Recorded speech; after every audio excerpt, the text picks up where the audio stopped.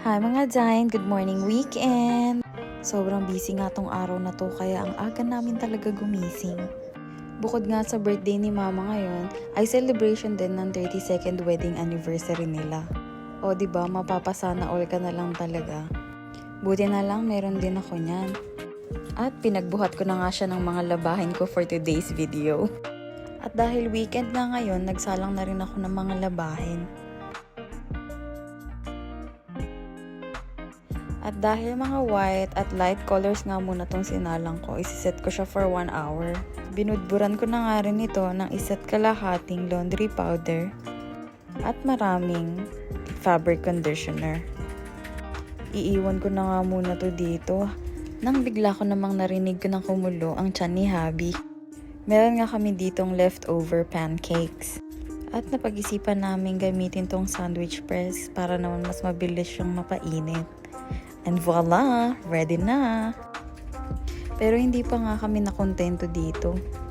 Parang masarap siyang partneran ng mainit na kape. Hindi ko nga alam kung paano gamitin tong coffee maker pero parang nag-iigib si Habi dyan. After nga nun ay meron ng lalabas na kape. Gagamit nga rin siya ng oat milk para dito. Pagkatapos niya nga ilublob yung tubo dito at ito pwede na siyang i-transfer sa baso. Sabi niya nga gagawa siya ng design gamit tong mga milk foam at ito na nga ang kinalabasan ng artwork niya. At hindi pa nga doon nagtatapos dahil nag-crave siya ng hot cross bun. Chocolate flavor nga to at ang sarap, grabe. At ito na nga at naglabas na kami ng mga kakailanganin na ingredients para sa mga lulutuin naming potahe para sa celebration ngayon. 1 hour na nga agad ang nakalipas at ready na ang mga damit namin para isampay. Mabilisang sampay nga lang ang ginawa namin dito para naman makapagluto na kami.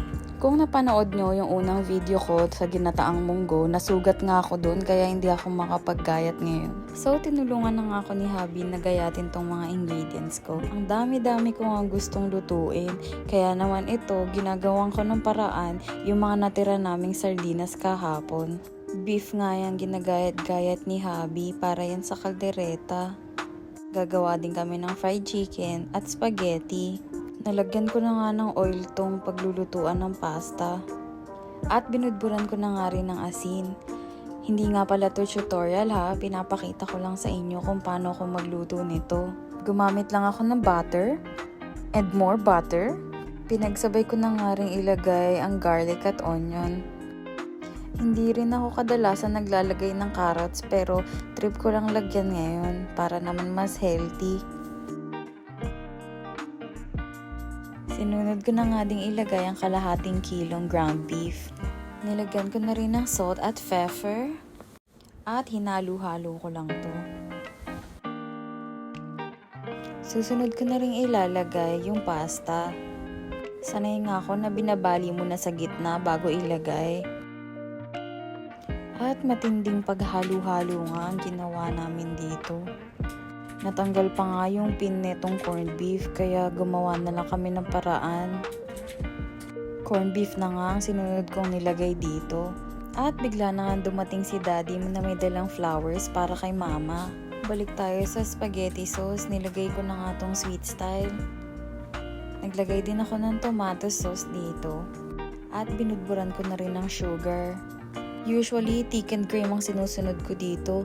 Kaso wala kami nun ngayon, kaya evap na lang yung nilagay ko. Ang sarap-sarap na nga sa paningin nito. At nang matapos ko na nga lutuin yung pasta dito, ito at magsisimula na tayong lutuin yung kaldereta, onion, and then yung garlic naman. Sinalang ko na nga rin tong mga meat. At same lang din, salt and pepper. Pakukuluan nga lang natin to hanggang sa lumambot siya. Pagkatapos nga nun ay pinagsampay ko naman si Habi ng mga kumot sa arawan. Ay, may mga nakasabit dyan na hindi nyo dapat makita kaya wag nyo na lang tignan. Shoutout nga pala sa puno ng papaya namin. At ito na nga at kumulo na ang spaghetti sauce.